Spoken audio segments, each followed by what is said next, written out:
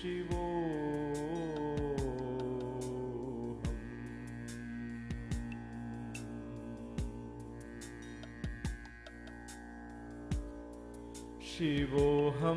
Shivoham, Shivoham, Shivoham, Shivoham, Shivoham,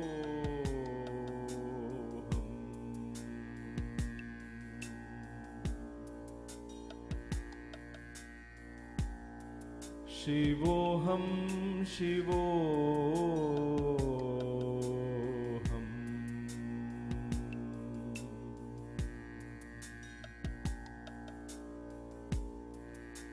Shivoham, Shivoham, Shivoham, Shivoham.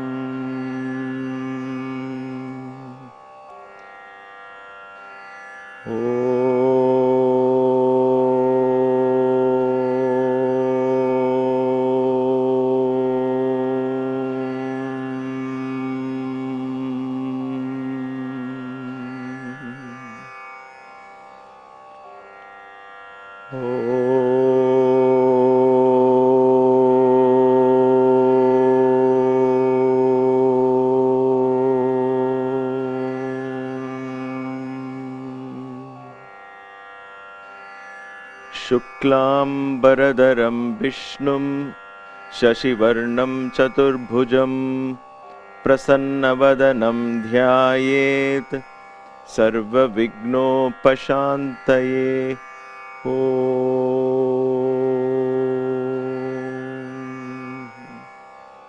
Manojavam Marutatulya Vegam Jitendriyam Buddhimatam Varishtham Vatatmajam Vanarayuthamukhyam Shri Ramadutam Sharanam Prapadhye.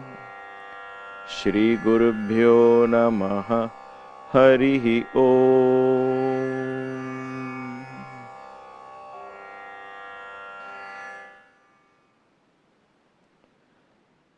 Namaste. Welcome to Kaivalya Yoga Gurukulam for this day 5th of this divine Sri Hanuman Yagna that we are humbly and reverentially offering to the universe with prayers, so that the planet Earth is once again filled with vitality and energy and health. The first part of this yagna is Yogic Kriyas. In today's class, we shall revise or rather review and practice all the Kriyas we have learned so far.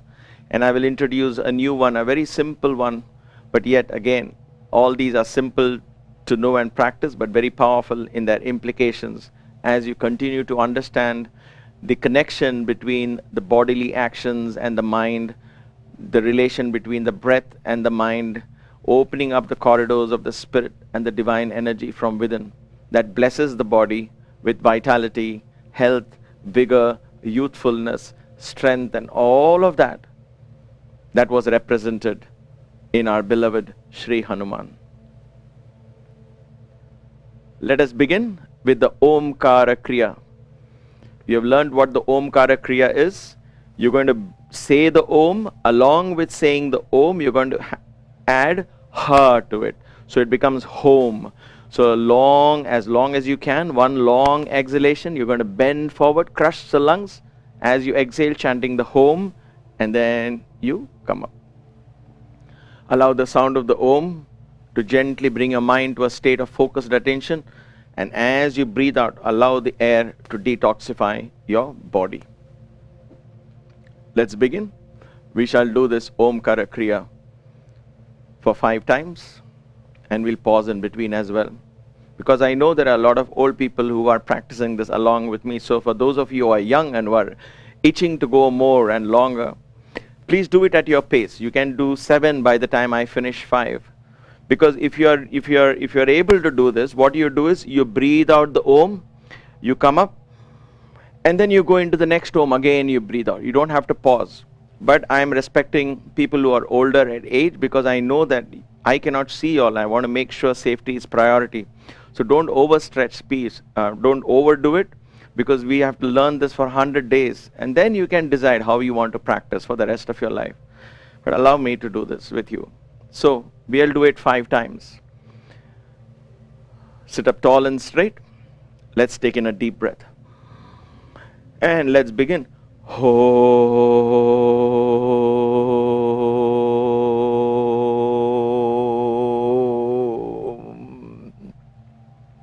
Breathe in. Come up. Remember, as I told you earlier, that sound cannot come in this Omkara Kriya, because by the time you close your mouth, you should have completely exhaled your air. There should be no strength left to say the part of the Om. All right.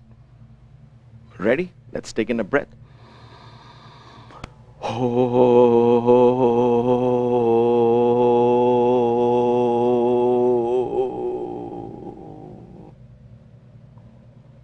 Breathe in and come up.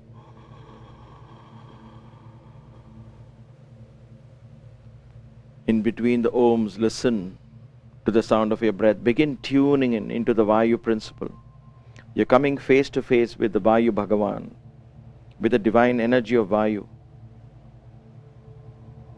who is constantly entering your body, removing the toxins and going out into the universe. Let's begin. Breathe in.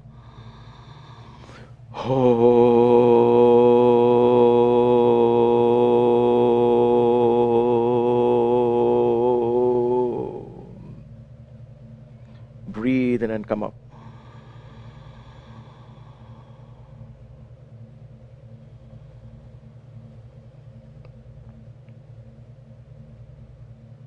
Two more to go. Let's breathe in. And again, let's go.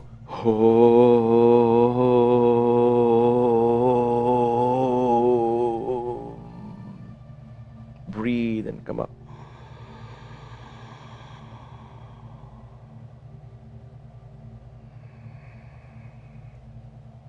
Keep sitting tall and straight, stomach slightly pulled in. Engage your chest to breathe in and out. Activate the prana principle here.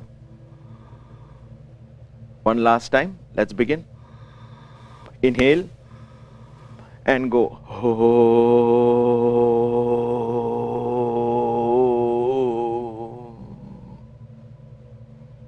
Inhale and come up.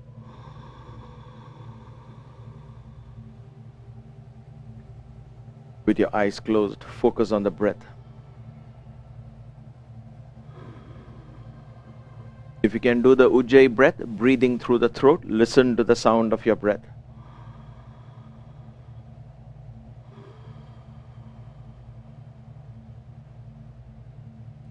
Pay attention to the quantity, the volume of air that is exchanged as you breathe in and breathe out.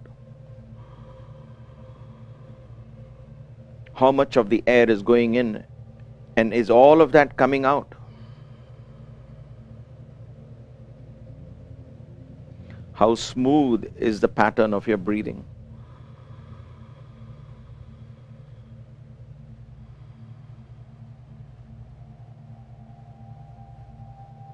Wonderful. Gently open your eyes. Excellent. 5 times is one set. For those of you who are much younger and you are able to do this, I keep saying young and old, but it's more about physical fitness.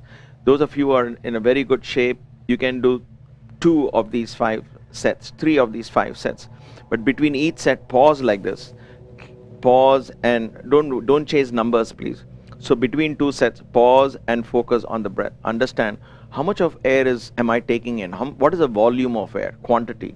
And what is the quality? In other words, how smooth is my breath as it goes in? How smooth is it?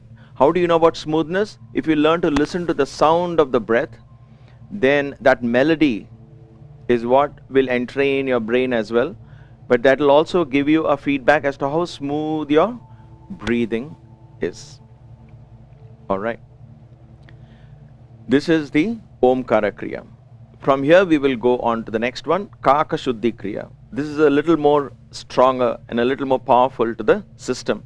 We will do this also for 5 times. You're going to inhale, this time no sound comes out of the mouth, but you're going to cough out the breath and continue that exhalation. So it goes like this. For some of you who might have just joined today, you breathe in and go with the mouth spouted like this.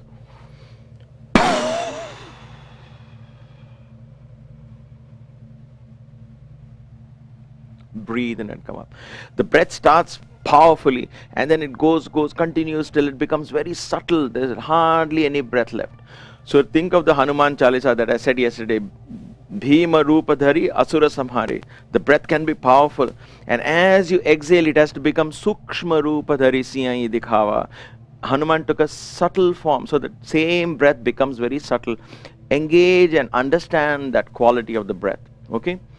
Alright? 5 times. At your own pace. I am doing it at a pace, but you do at your own pace. If you finished exhalation, come up and wait for me to come up. Okay, let's begin. Inhale. And let's go.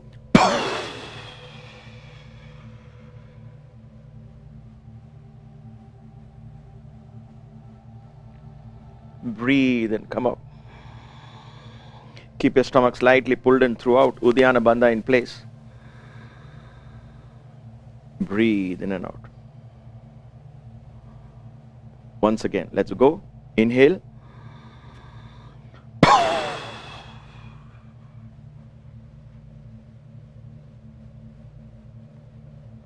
Inhale and come up.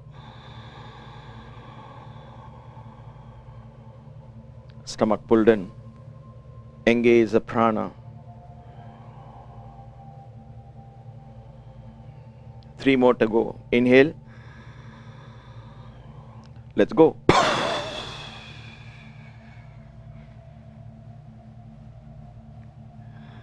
Inhale, come up.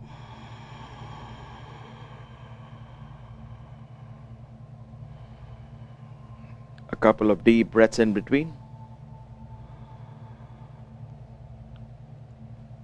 And let's go. Inhale.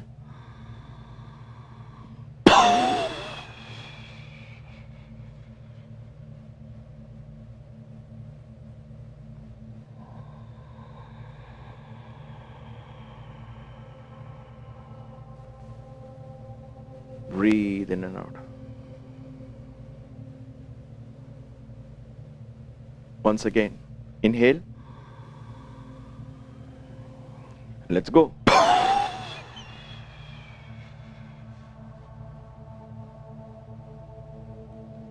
Inhale and come up. Sit up tall and straight, and once again pay attention to the breath.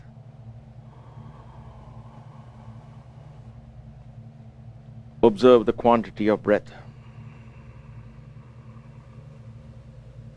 especially as it leaves the body.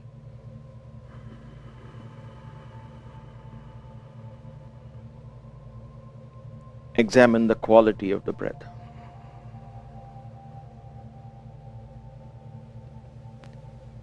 Gently open your eyes.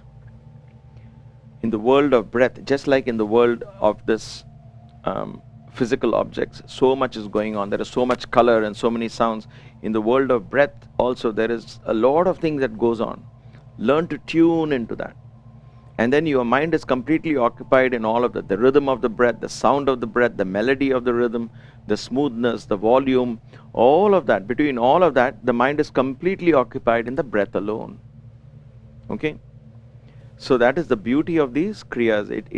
It introduces you into the Vayu, the world of Vayu, the world of the wind, if you will, the breath, understanding the wind element. Excellent. After Kaka Shuddhi, we will do the Agnisara Kriya. You're going to breathe out, then you're going to pull the stomach in and flap the stomach in and out. We will do this 3 times only today, because I want to teach you other kriyas as well. So sit up tall and straight. You're going to breathe out, hold the breath out, pull the stomach, and then flap it slightly in and out 3, 4, 5, 6, 7 times, how much ever you can, and then breathe in. All right, let's try it. Tall and straight, just playfully engage in the Agnisara. It takes a few weeks, if not months, to learn. All right, inhale and exhale. Pull your stomach in.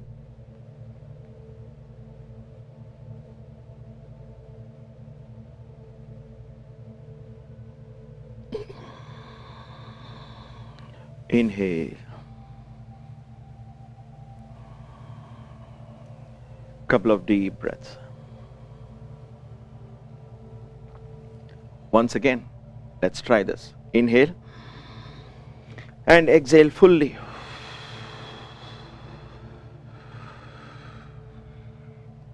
Pull your stomach in.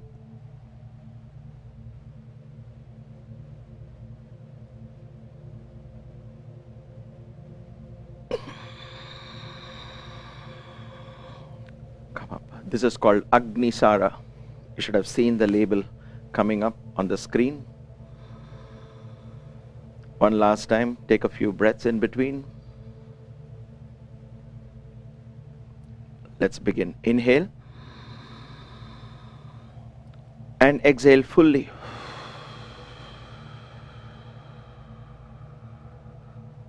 Hold your breath out, pull the stomach in.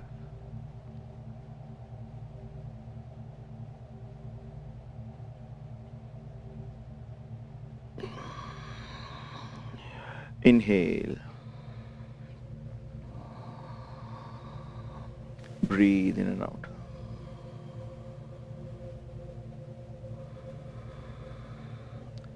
Gently open your eyes. Now here, when you do enter into the Yogic Kriyas, any part of yoga, but especially now since we are learning Yogic Kriyas, when you sit down and you begin to start the Yogic Kriyas, pay attention to every breath. Don't waste that time. In other words, don't think of anything else even in between the Kriyas. Try and focus on the breath throughout. Even if I'm talking to you, listen to what I'm saying, but the other part, keep engaged the breath. Keep your stomach slightly pulled in. Sit up tall and straight and listen attentively focused. Because I'm not talking of anything else other than you and your breath. Together we are in this element of Vayu. We are in that dimension. So we are doing satsang there. So let us hold our attention there. Keep the cell phones aside, keep the watch aside, keep all that in the silence mode or whatever. Because you are engaging in conversation with Vayu now. And that's a divine element. Don't disrespect that element by saying, okay, let me check my message in between. Leave all those addictions aside. All right. Marcatakris, we did this, right? Inhale, exhale. Inhale, exhale. Inhale and exhale, right? So we're going to do this continuously for a while. Let's try that. Let's do 10 rounds like this and let's see how that goes. Sit up tall and straight. If you find it tiring after a while, if your arms are aching or something because of your age or whatever, just relax. Take a couple of deep breaths, but keep your focus on the breath. Breathe out more than you breathe in, and then say, okay, I'm ready to try more, and again join. So we will do 10 rounds of, what is one round? Inhale, exhale, inhale, exhale, inhale and exhale. That is one round. We will do 10 rounds like this. Okay? All right. Sit up tall and straight. Markata, that's what shows on that. You can perhaps leave that for a little bit so that if people want to make a note of it, you can. And we're going to raise the right hand up first.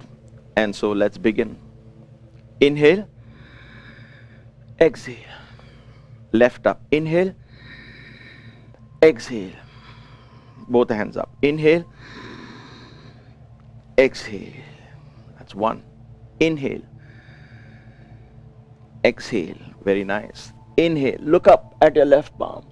Exhale, raise both hands up. Lengthen your spine. Inhale, exhale.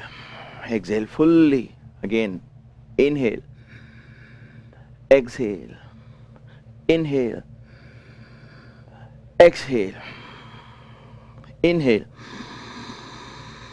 exhale. Again, inhale, exhale. Don't go for speed here. Inhale, exhale, inhale, exhale. Number 5, inhale, exhale, inhale, exhale, inhale, exhale. Very nice. 6, inhale, exhale, inhale, exhale, inhale, exhale. 7, inhale, exhale, inhale, exhale, inhale, exhale. Stomach pulled in throughout. 8, inhale, exhale, inhale, exhale. Use your chest. Inhale and exhale. Number good. 8, inhale, exhale, inhale, exhale, inhale, exhale. 9, inhale, exhale, inhale, exhale, inhale, exhale. And the last one, inhale, deep inhalation, exhale fully, deep inhalation, exhale, deep inhalation, and exhale. Excellent. Wonderful, and I'm so glad you and I are going to do this for 100 days. All we need is patience, perseverance. That's all, nothing else. All right, because we are so used to getting distracted, right? After 5 days, we tend to feel, oh, it's the same old thing. But in yoga, it doesn't work like that. Okay, anyway. The next Kriya we're going to learn today is called Kamala Kriya. These are very little known Kriyas. You may not find them on the internet or anywhere. These are all passed on by word of mouth. So Kamala Kriya is a very beautiful, very simple Kriya, and this can be done at any time by anybody. Pregnant women, especially because it sends pranic energies into the womb. Young, old, any amount, because this Kriya involves only the fingers. Okay? How is this done? Why is it called Kamala? Because Kamala opens and closes, right? When the sun comes, it opens up, and then it closes its petals. So we are going to use our fingers for this Kriya. Now you might say, wait a minute, you were talking about detoxifying the lungs and all, what has this got to do with it? Fingers, movement of fingers is connected to the breath. The Vayus, in the Vayu element, the sense organ are hands. So hands means fingers, because when you talk of movement, in the same place you can move, and that movement comes with fingers. Fingers directly represent the state of your mind and the condition of your breath. So if you are nervous, what happens? You first thing you notice fingers, people who are nervous, then fingers are trembling, they start cracking their fingers and all of this. They may be talking about being calm and subtle, but their fingers will indicate that there is a little element of nervousness in them.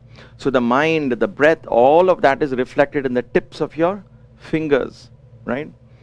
So we need to exercise fingers. When you exercise the fingers and coordinate that with your breath, you begin to establish a strong body, breath, mind connection in your consciousness. It is always there, but we have forgotten it. So we once again remember them and revive that energy. So how is this done? I'm going to simply keep my hands like this, very simple way. All right. And what I'm going to do here, watch my hands. Normal, I'm just sitting normally like this with my fingertips together. Okay, all I'm going to do now is I'm going to inhale, and as I inhale, Corresponding with my breath, I'm going to open up my hands fully stretched out, like so. And then as I exhale, I'm going to close into a fist. I'm exhaling. Now I'm inhaling.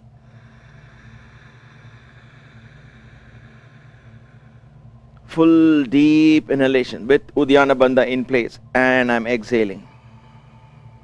Exhale, exhale, exhale, exhale, exhale, exhale.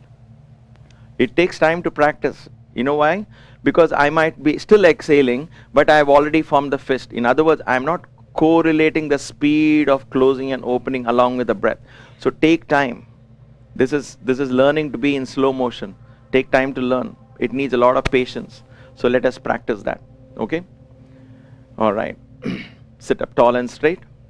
Let's begin with inhalation. So start with your fists closed. And breathe in. Inhale.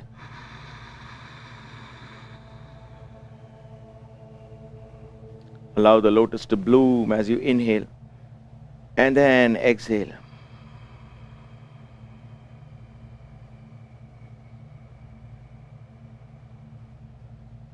Keep tightening your fist as you completely exhale. The more tight your fist means, the more your lungs are getting crushed. Inhale.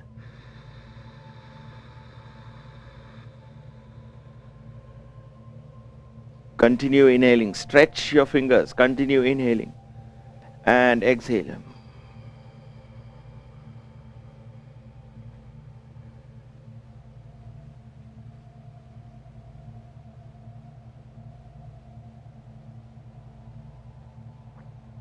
Once again, at your own pace. Don't wait for me to say exhale. Go ahead. Inhale. At your own pace. If you finish inhaling, go ahead and exhale. And exhale.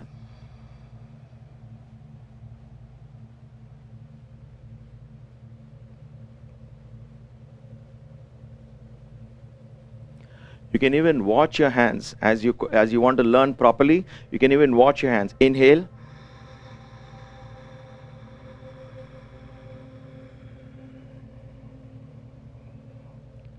And exhale.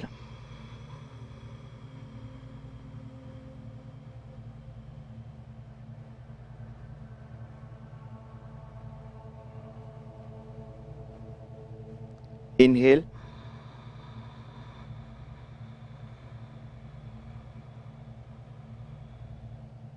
Exhale.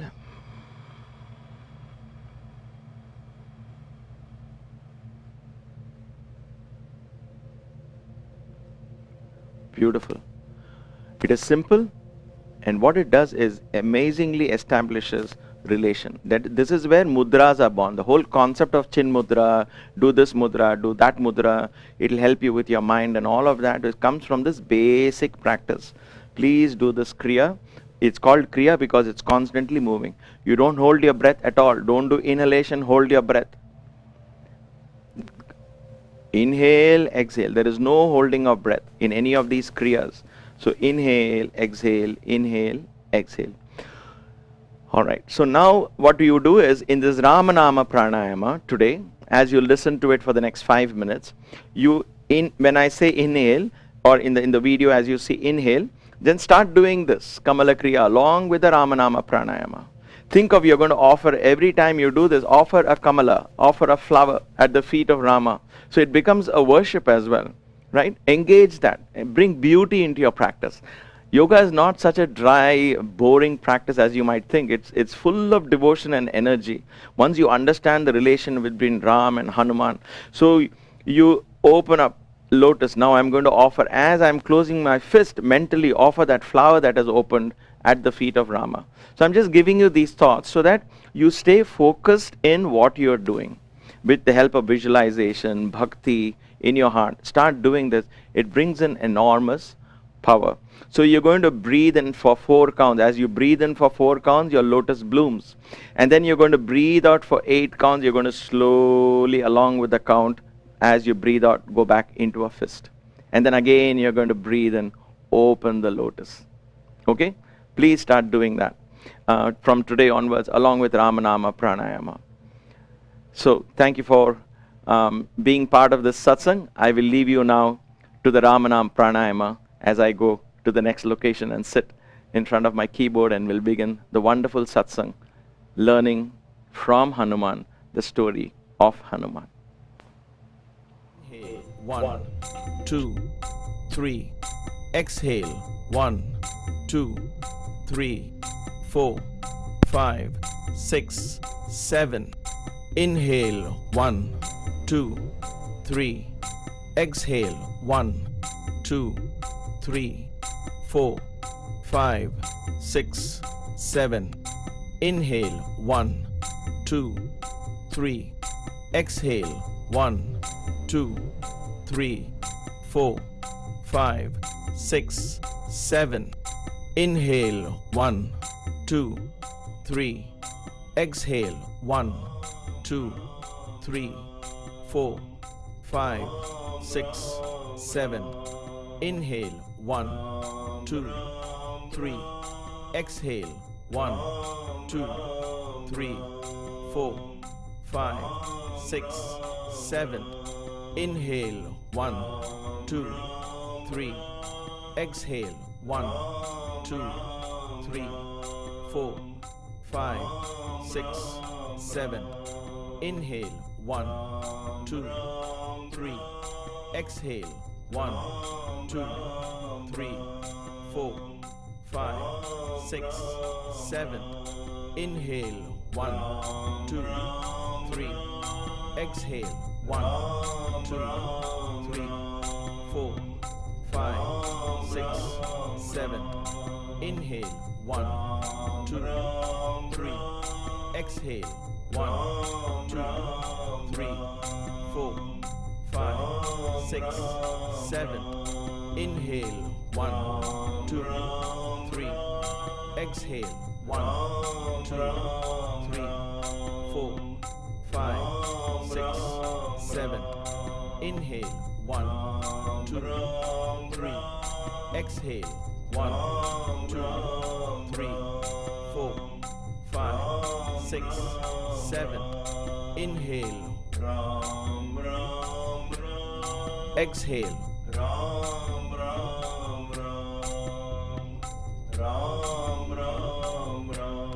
Inhale. Exhale.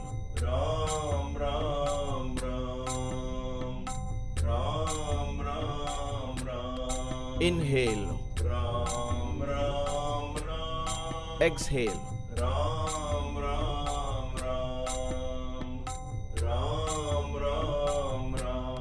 Inhale. Exhale.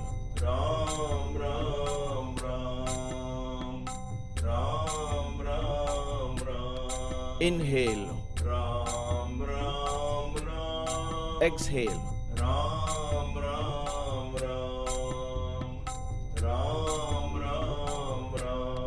Inhale. Exhale.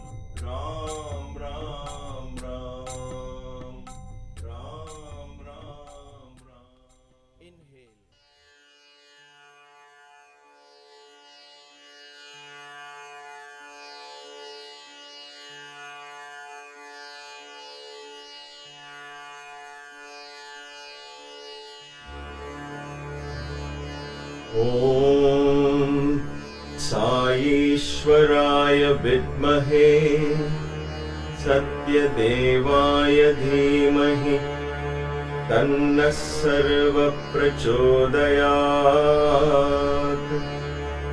ॐ साईश्वराय विद्महे सत्यदेवाय धीमहि तन्नः सर्वप्रचोदयात्। ॐ साईश्वराय विद्महे सत्यदेवाय धीमहि तन्नः सर्वप्रचोदयात्।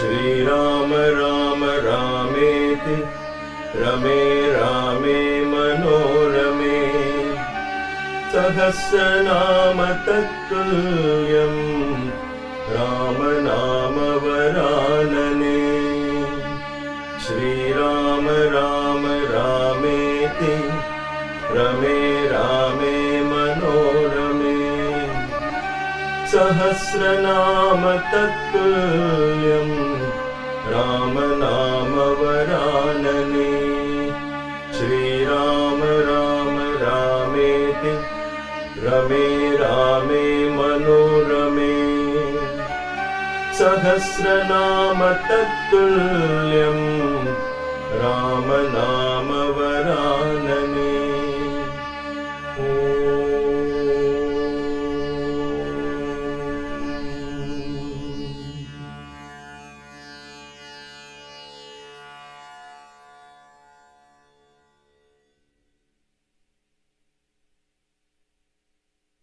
Namaste. Welcome.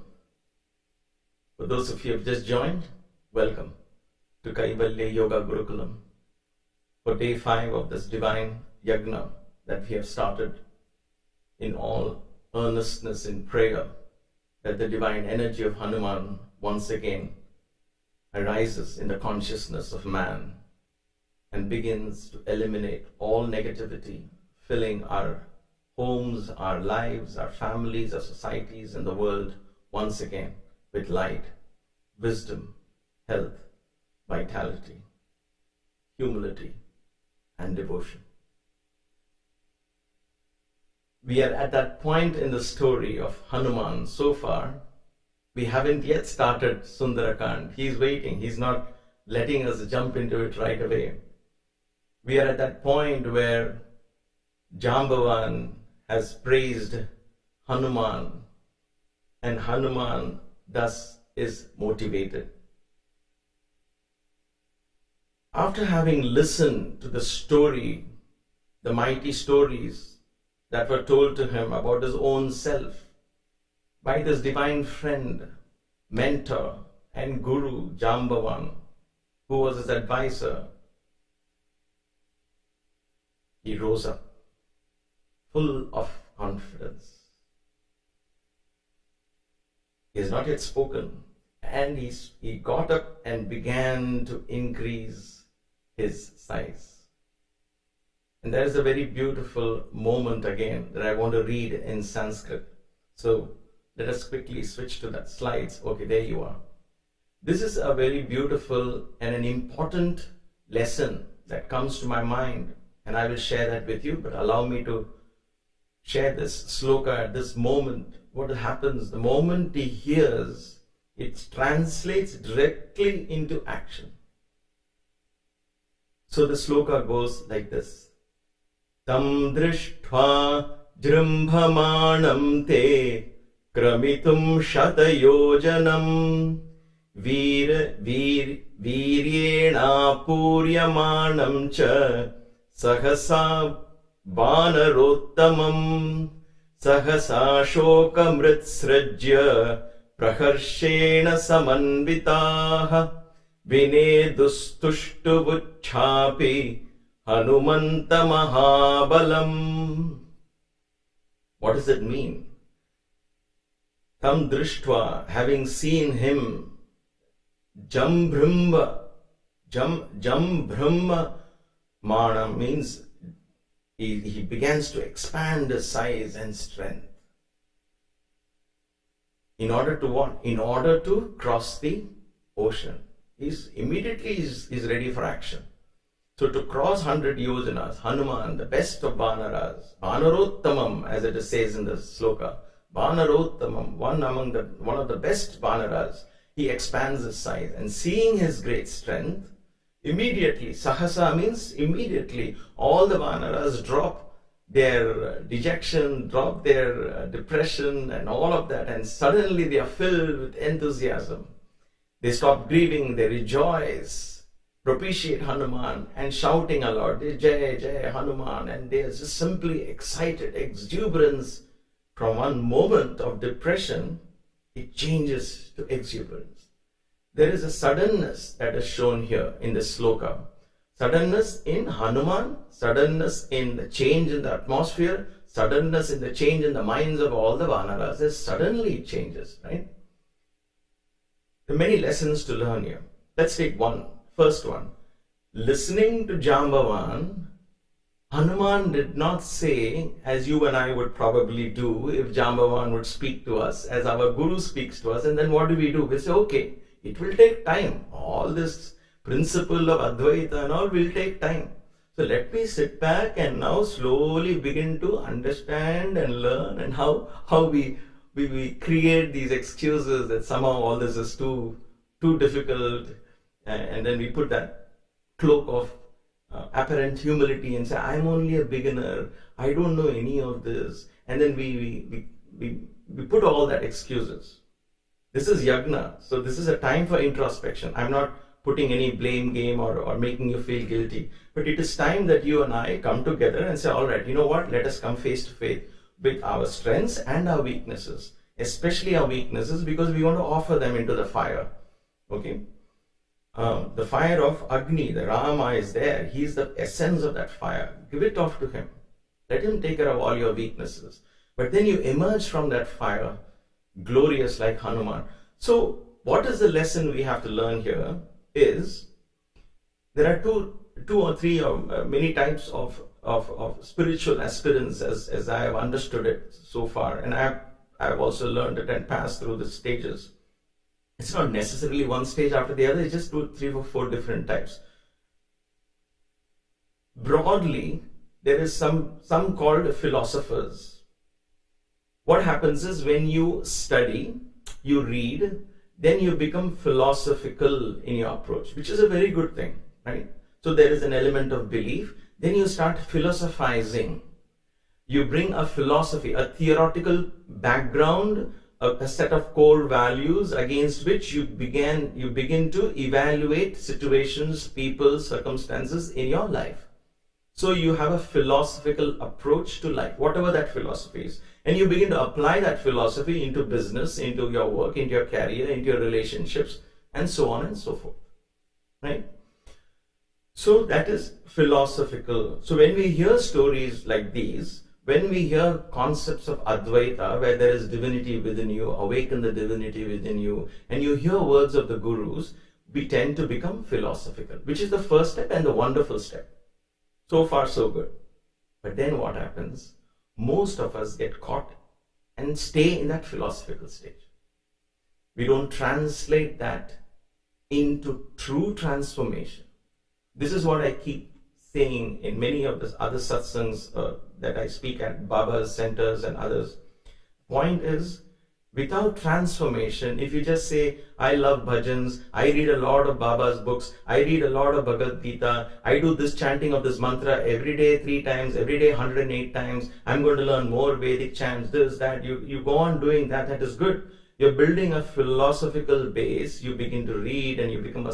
So all of that, if it doesn't translate into true transformation of yourself, when you don't truly begin to see yourself as divine, behave in that sense, if fear is still in your heart, if there is greed still in your heart, if there is differences still in your heart, if there is jealousy in your heart, all the kama, krodha, lobha, moha, mada, matsarya, jealousy, hatred, fear, all of that, if you're still caught between appointments and disappointments and so on, then that philosophy is not helping you, correct? And therefore, we need to transform. Those who are engaged in this process of transformation are called sadhakas. Sadhaka. Sadhaka means those who do sadhana. Sadhana means practice. So Yogic Kriyas is one part of that practice. Saying that I'm going to be very mindful of my speech is sadhana. Now you're beginning to take that philosophy and beginning to put it into practice. Sadhana doesn't mean you have to fast, 3-4 days a week and so on and so forth. There are all kinds of sadhanas. But you can start doing whatever you feel at this moment is important for you, whatever is your main weaknesses, you start working on them. Suppose a child is afraid, suppose some of you are young, maybe you're 5, 6, 7 years old listening to the story, and then you have a fear of the dark, let us say. How do you overcome that fear?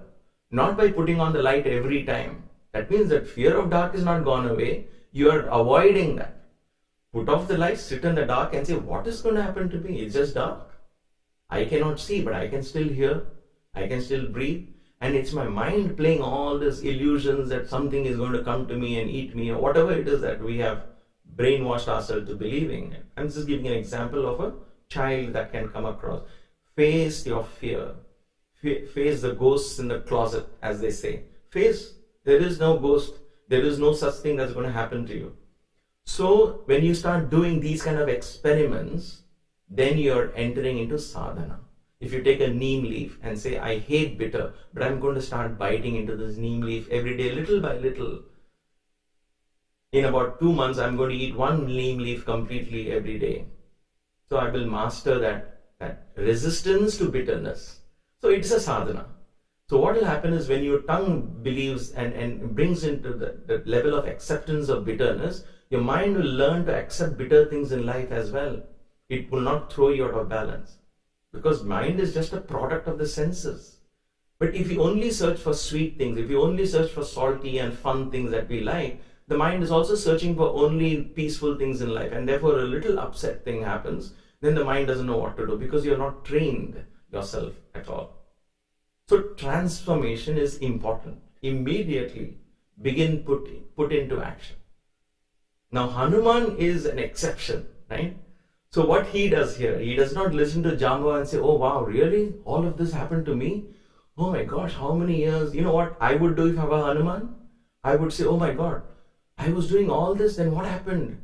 Oh, my last 30 years of my life, I had not done anything. Oh my gosh, how am I even going to come back to that great state which I was in my childhood?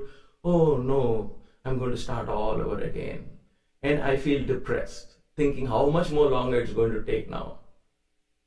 When we were children, you and I were children, when we were 2 years old, we had no fear in our hearts. We had no judgment in our hearts. We had no question of who's beautiful and who's ugly in our hearts. We had nothing. We were trusting, we were spontaneous, we were in the moment. So bubbles in the water excited us, flowers and bright colors excited us. All those colors kept us occupied as if there was magic in the air.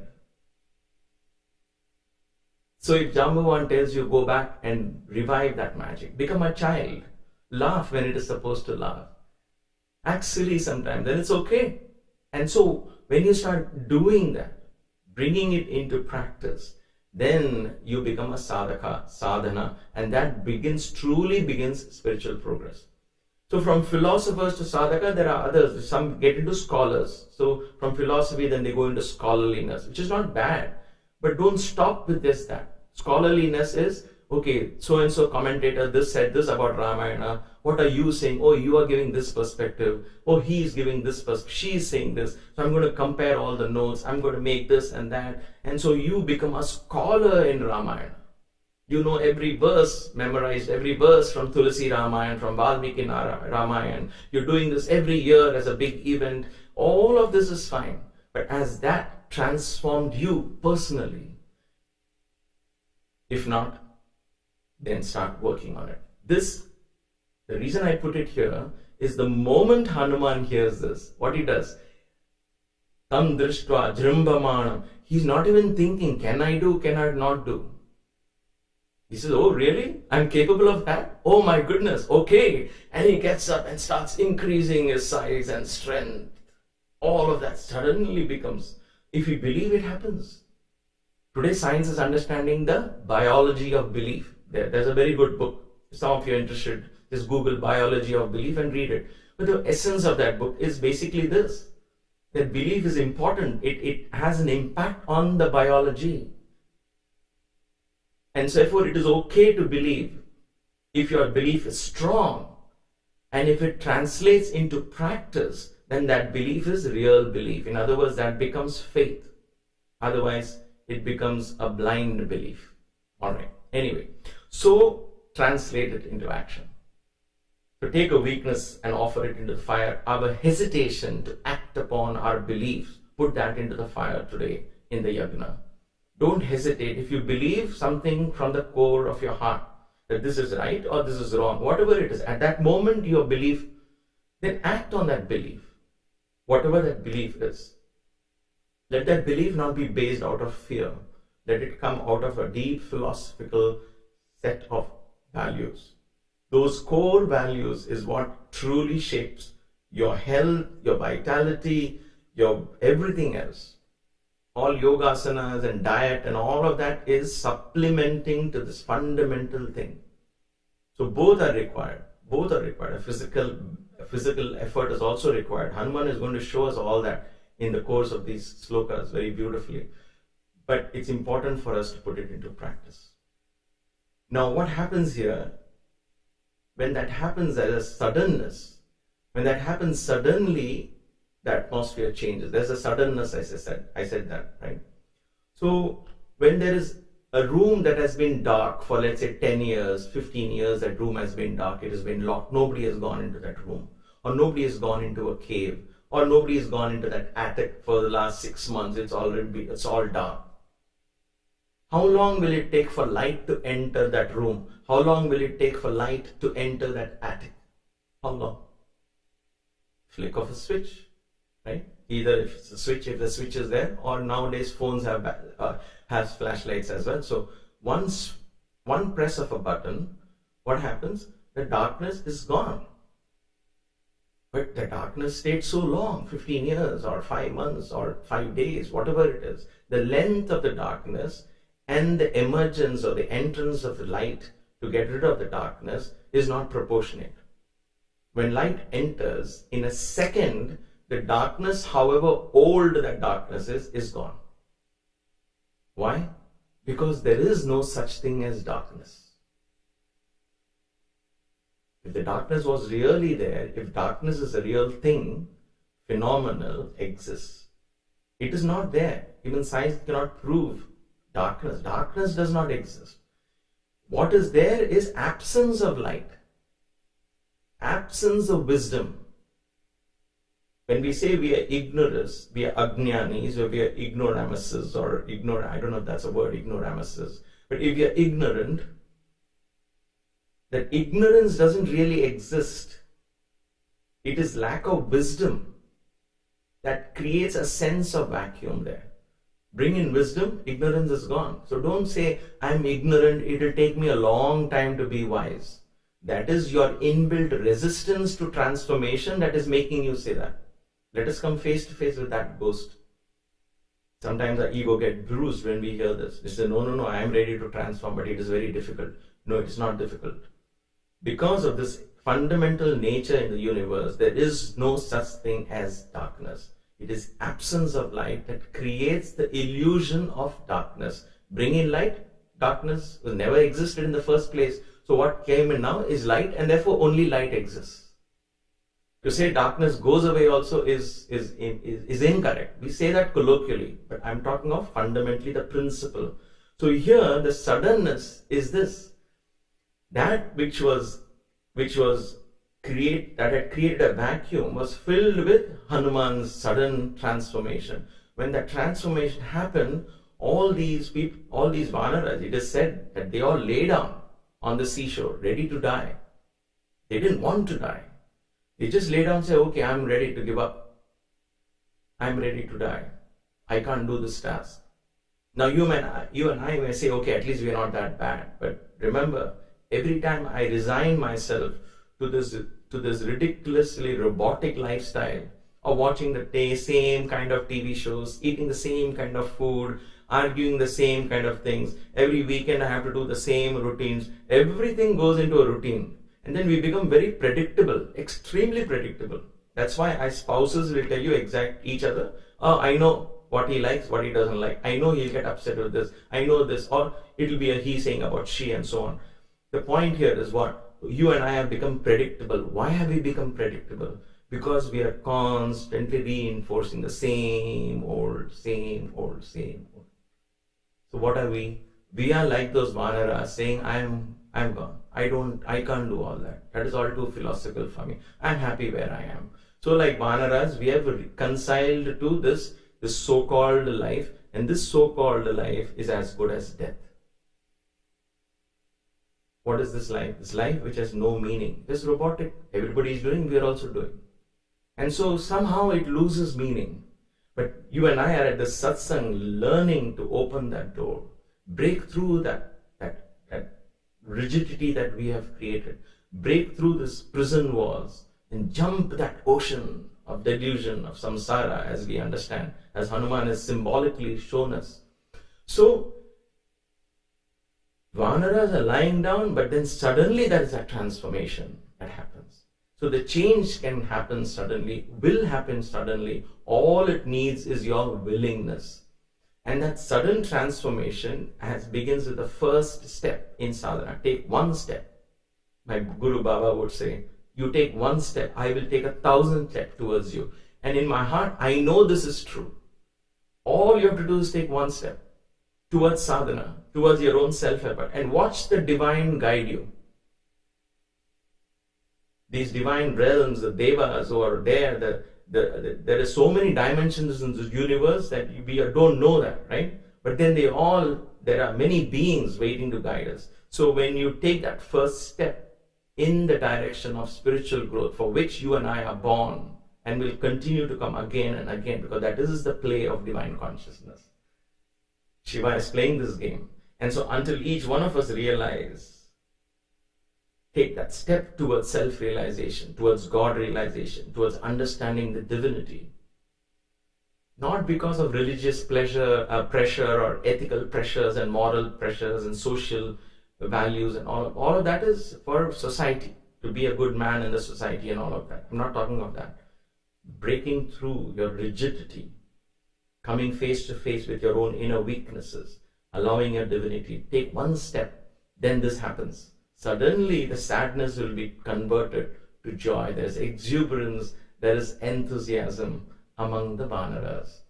So this is a very beautiful moment teaching us this powerful lesson. So let us take time to contemplate on that and act. Begin to act from this day, whatever that is, offer that into that yagna. And every day as you offer it into the yagna, don't show your face to that again. And if it shows its dirty face, just ignore it.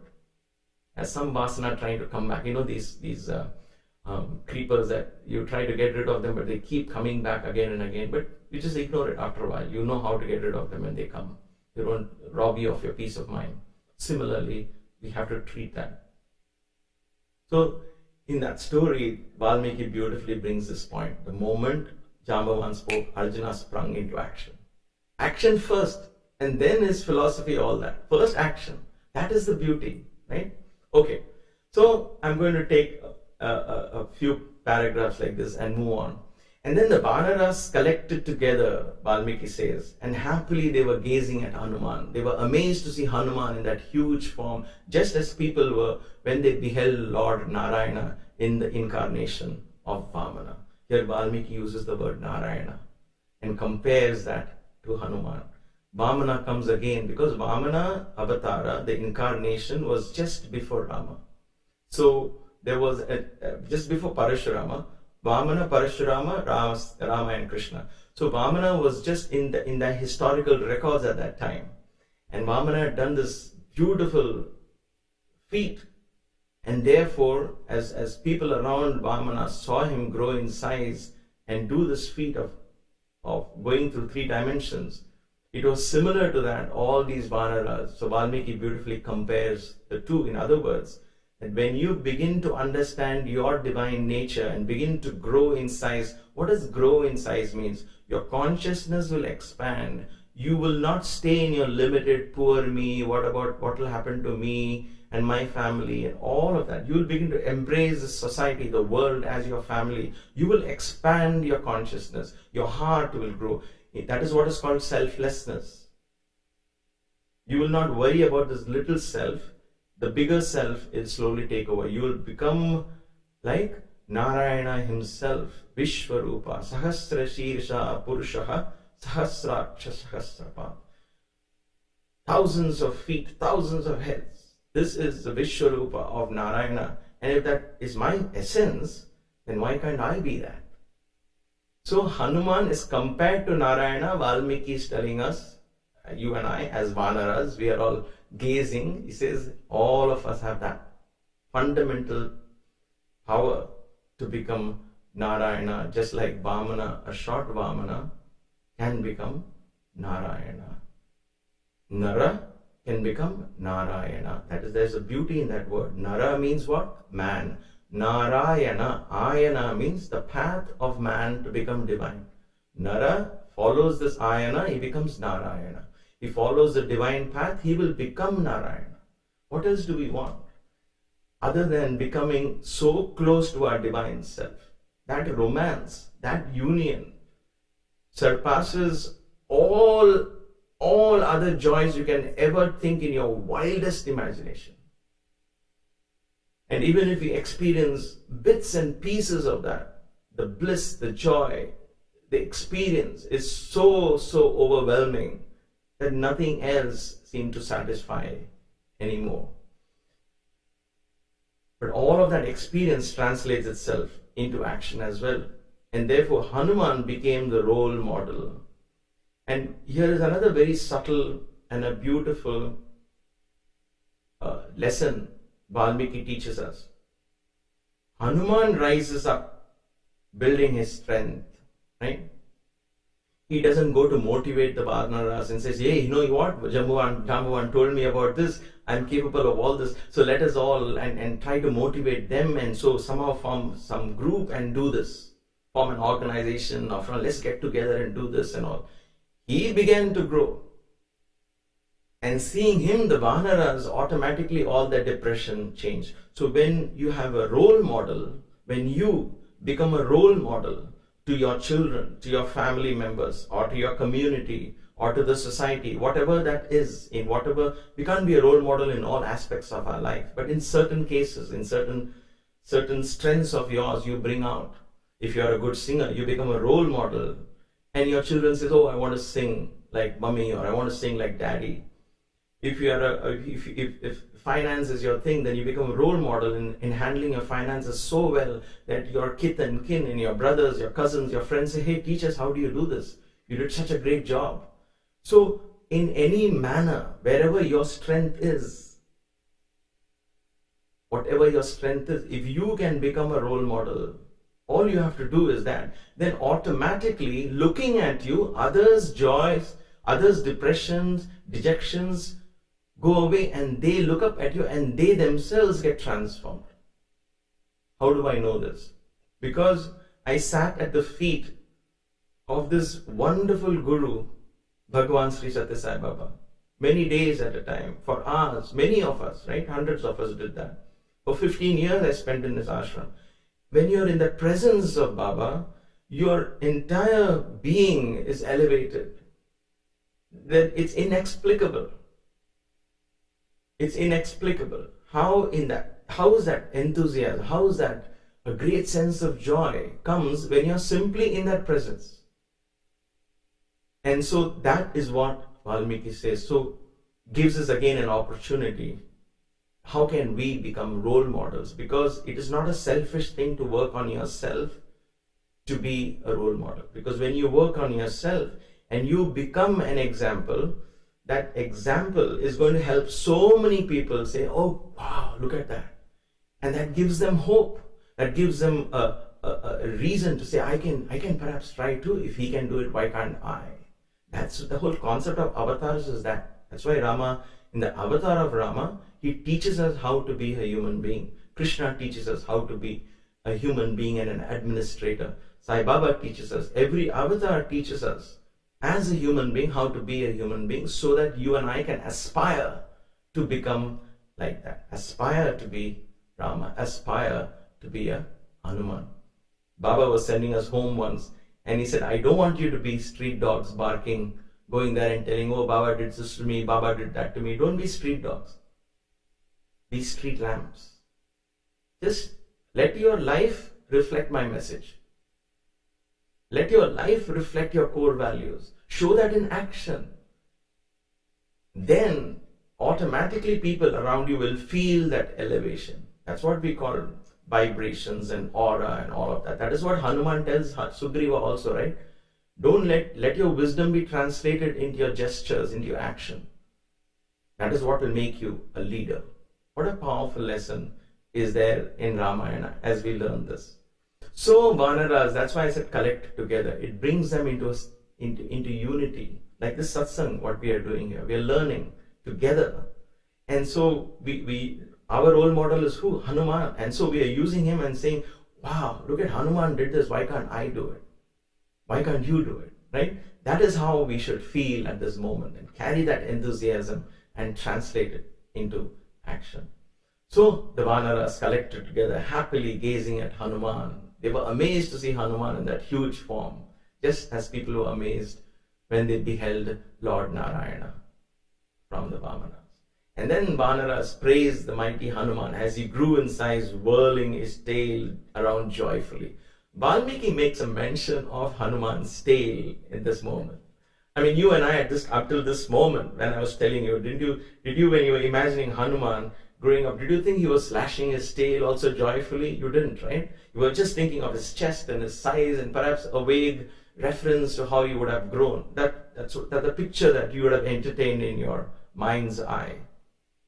But nevertheless, Valmiki reminds us, hey, he is also swishing and shaking and joyfully whirling his tail vigorously.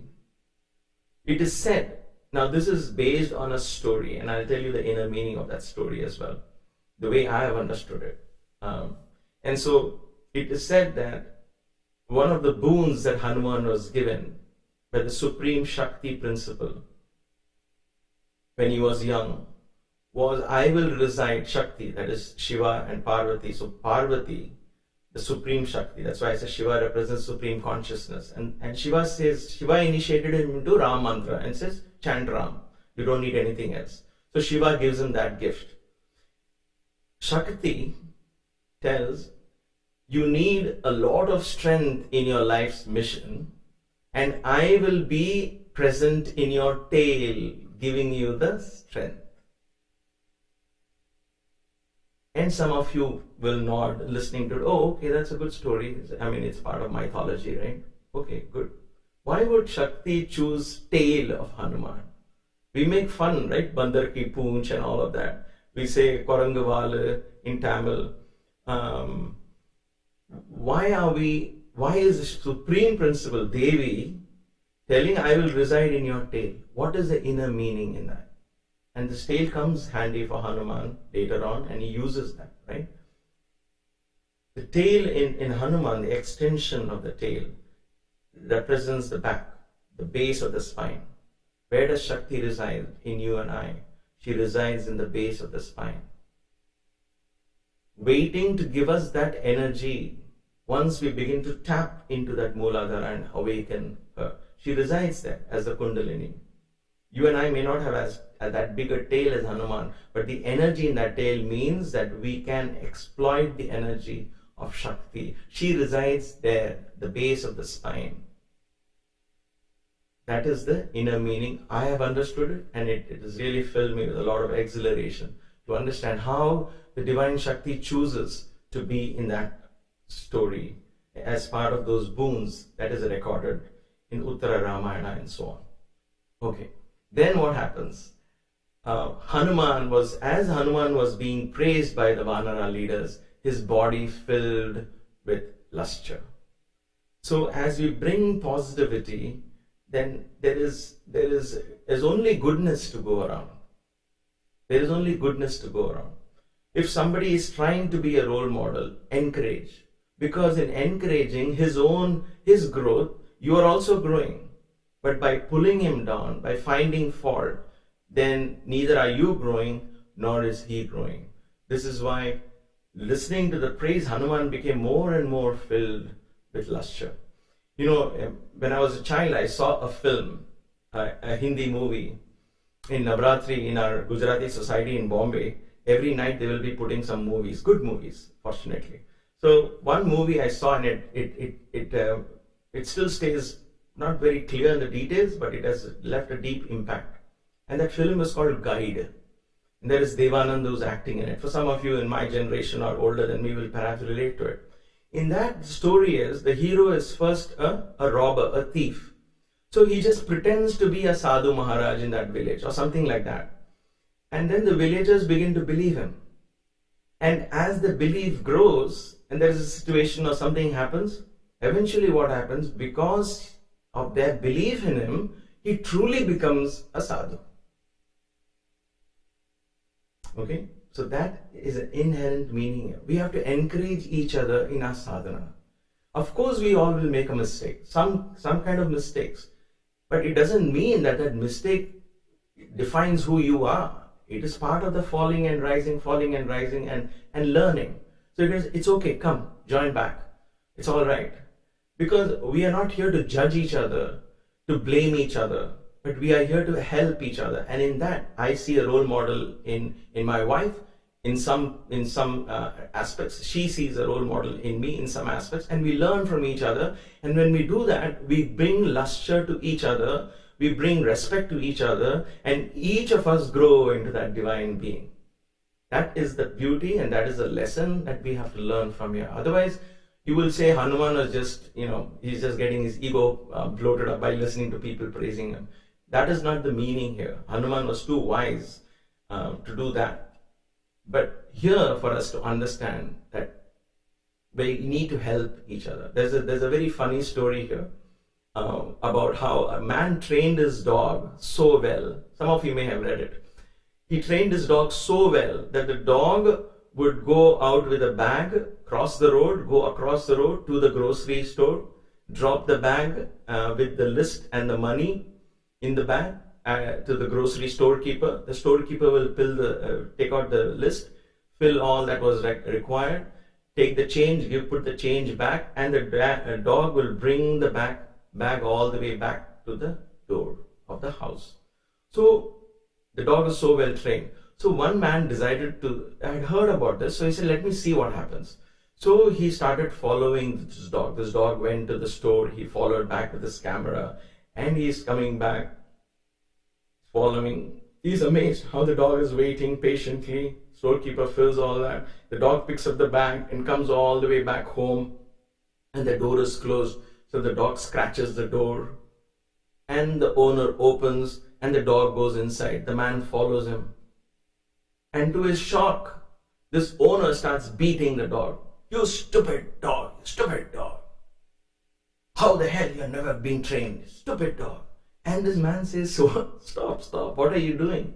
Do you know you have such a fantastic dog? He's going out for you and doing this amazing things. I've never seen a dog capable of that. What are you beating him for? What is lacking now? He says, oh, stupid fellow, he forgot to take the key. He expects me to walk up and open the door. He should have taken the key when he went, and he can open the door and come back in. I know it's a funny story, right? But guess what you and I do? We are like that owner of the dog. If somebody makes a silly mistake, we immediately start spanking, ignoring all the other good things that child may have done. So we focus on the one fault and we say, every time you do this, you are so and so, and you get judged again and again. You're always like this, you're irresponsible. Every time as a parent, when you say that, or as a sibling or something, or a project manager or anything, the moment you start saying that, stop yourself, say, I'm just looking at one small fault perhaps, and I'm beating him.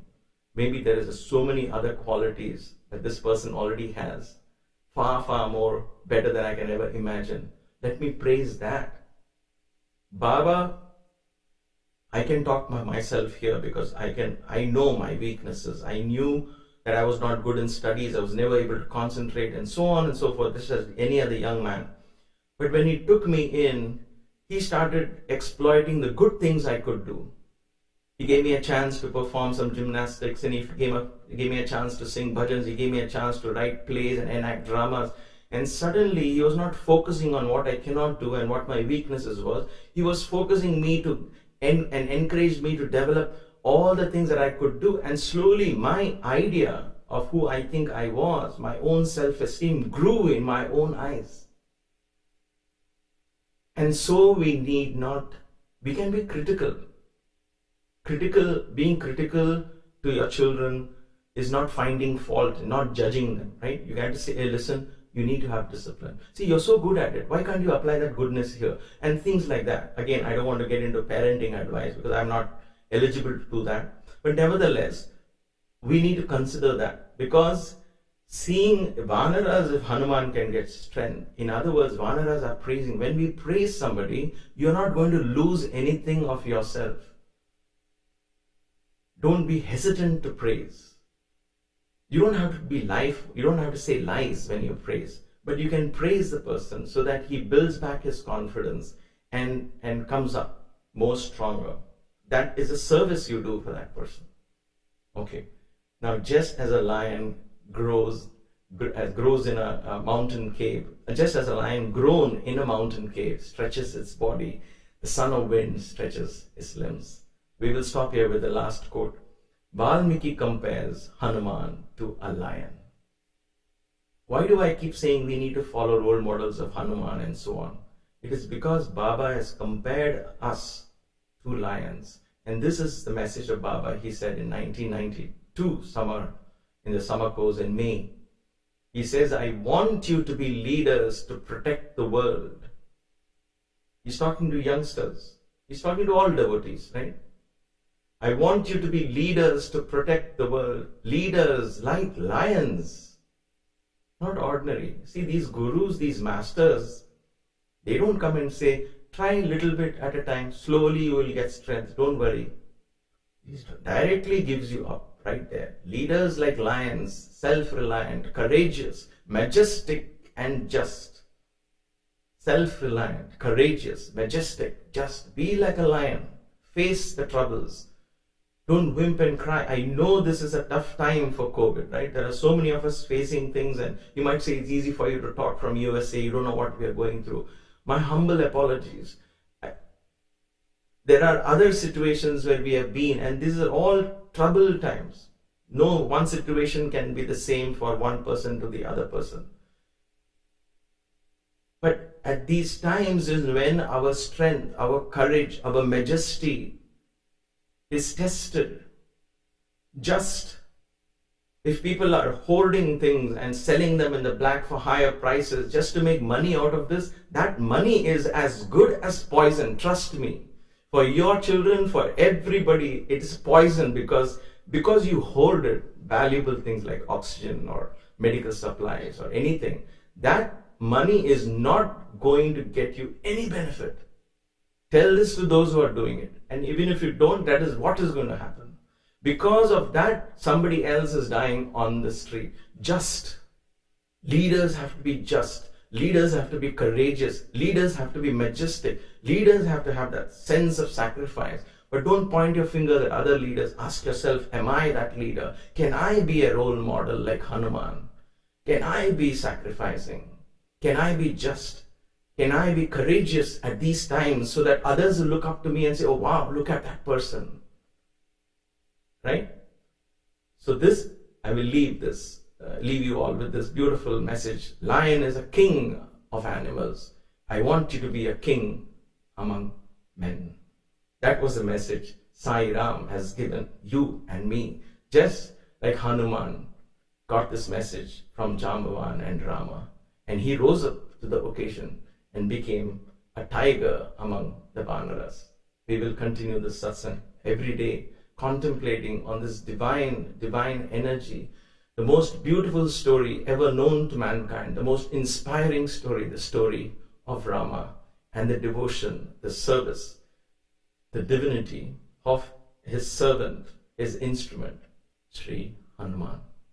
Let us invoke this divine energy in our consciousness, allowing our consciousness to be filled with vitality, vigor, and health. May there be rejuvenation, health, healing all across the planet as we invoke this divine energy from all directions, from Bhuloka, from Bhuvarloka, from Suvarloka. Join me in this invocation.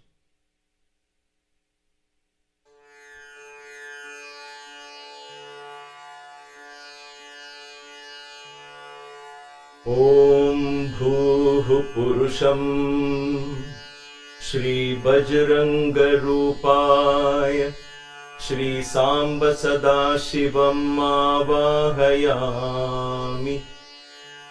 Om Bhuvah Purusham Shri Maruti Rupaya Shri Samba Sadasivam आवाहयामि। ॐ सुवः पुरुषं श्री चिरञ्जीविरूपाय श्री सांब सदाशिवम् आवाहयामि। ॐ भूर्भुवः सुवः पुरुषं श्रीरामदूत हनुमान रूपाय श्री सांब सदाशिवम् आवाहयामि।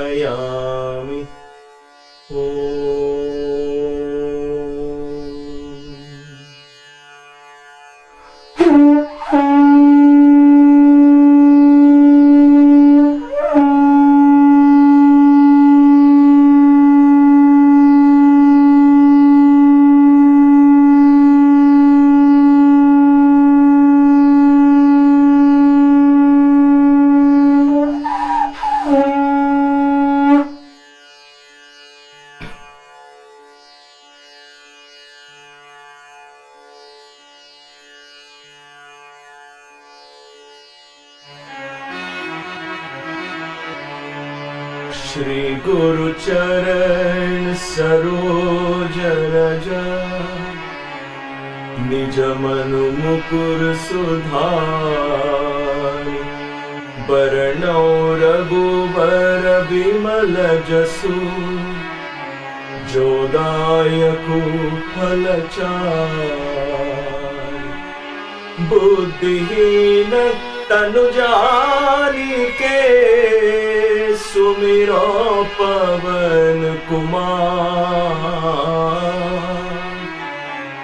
बल बुद्धि विद्या देहु मोहि हरहु कलेश विकार।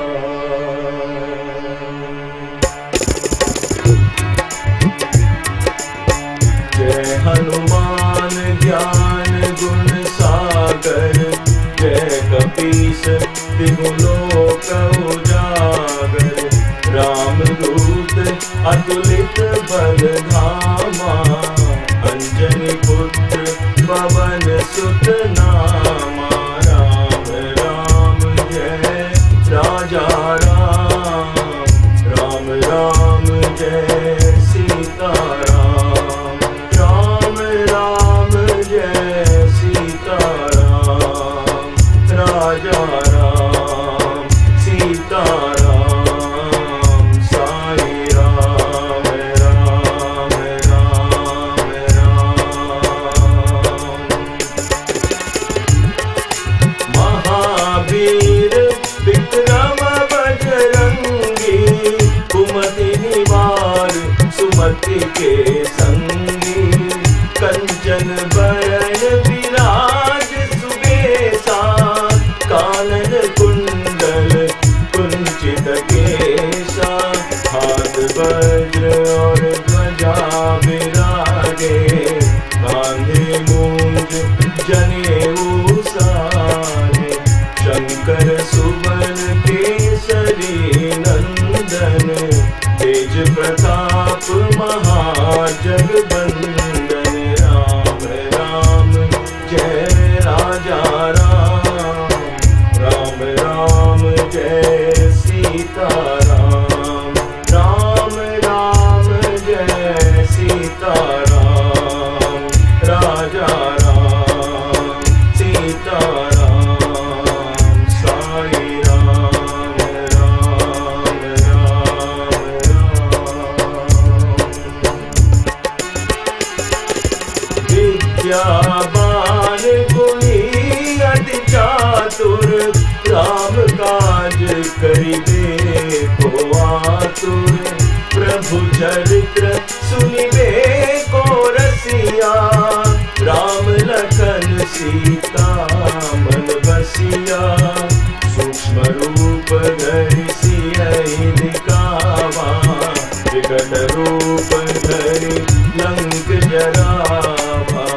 भीम रूप धरि असुर संहारे रामचंद्र के काज सवारे। राम राम जय राजा राम,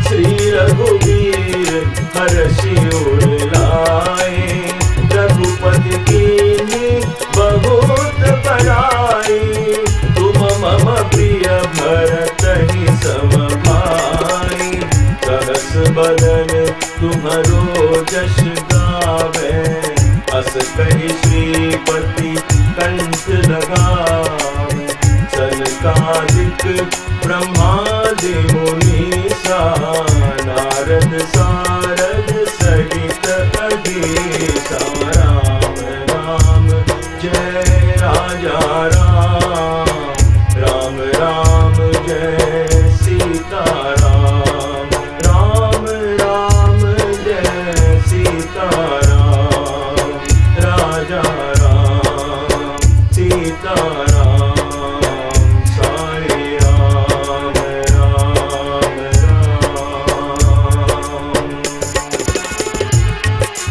जम कुबेर दिगपाल जहाँ दे कवि को विद कही सके कहाँ दे तुम उपकार सुग्रीव ही कीन्हा राम मिलाए राजपद दीन्हा तुम्हारो मंत्र विभीषण माना लंकेश्वर भय सब जग जाना युग सहस जो जन पर भानु लियो ताहि मधुर फल जानु राम राम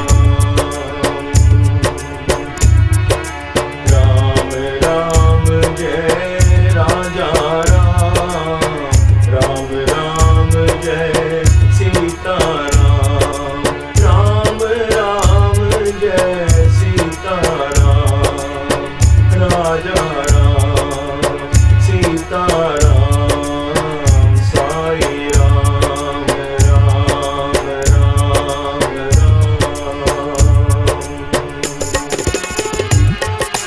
प्रभु मुद्रिका मेरी मुख माही जल हिलांगी गए अचरज नाही दुर्गम काज जगत के जेते सुगम अनुग्रह तुम्हारे तेते राम दुआरे तुम रखवारे होत न आज्ञा बिन पैसारे सब सुख रहे तुम्हारी शरणा तुम रक्षक काहू को डरना राम राम जय राजा राम राम राम जय सीता राम राम राम जय सीता राम राजा राम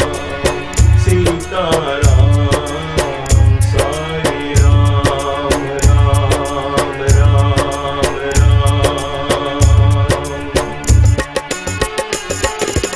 आपन तेज संहारो आपे तीनों लोक भांकते कापे भूत पिशाच निकट नहीं आवे महावीर जब नाम सुनावे नासे रोग हरे सब पीरा जपत निरंतर हनुमत वीरा संकट ते हनुमान छुड़ावे मन क्रम वचन ध्यान जो लावे राम राम जय राजा राम राम राम जय सीता राम राम राम जय सीता राम राजा राम सीता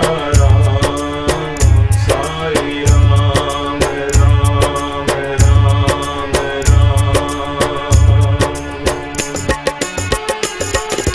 सब पर राम तपस्वी राजा तिनके काज सकल तुम साजा और मनोरथ जो कोई लावे सोई अमित जीवन फल पावे चारों युग प्रताप तुम्हारा है प्रसिद्ध जगत उजियारा साधु संत के तुम रखवारे असुर निकंदन राम दुलारे राम राम जय राजा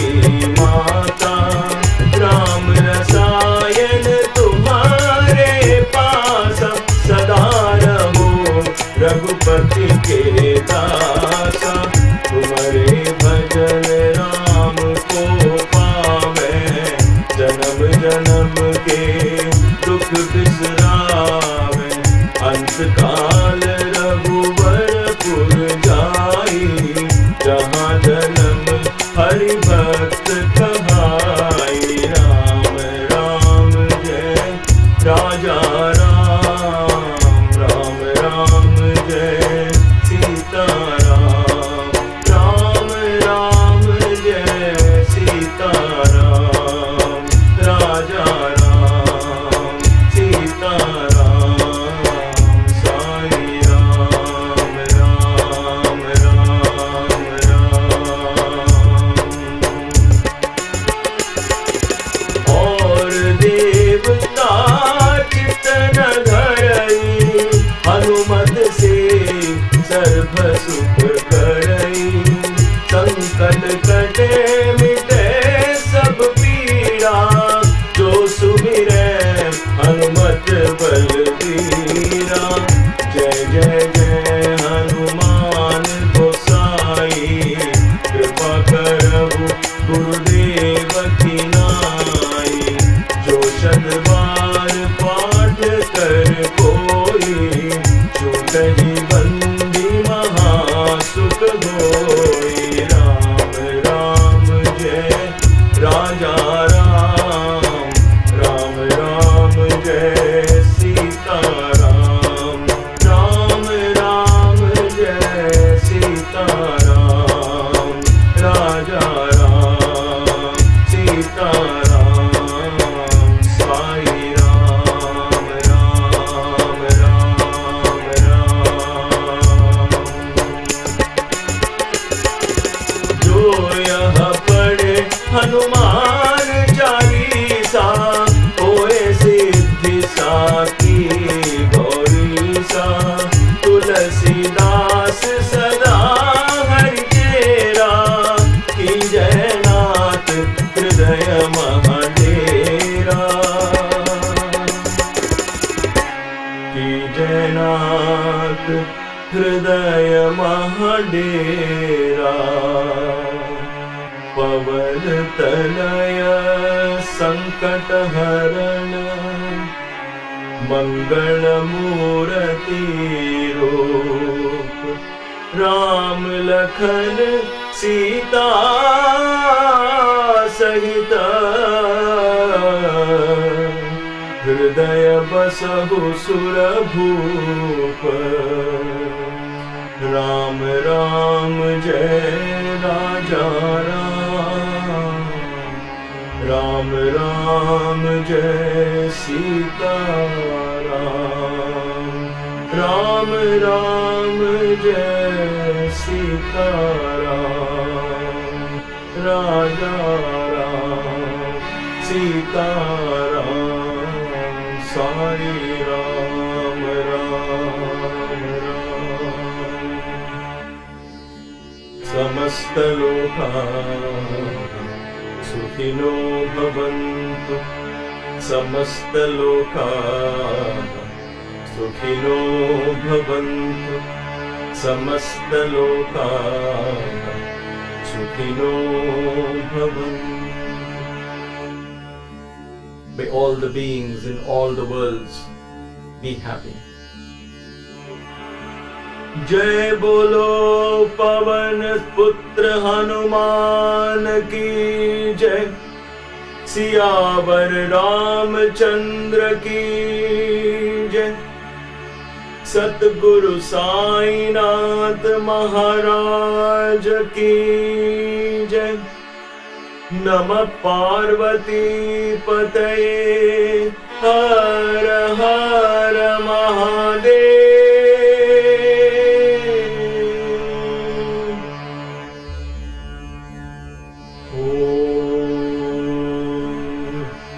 शांति शांति शांति।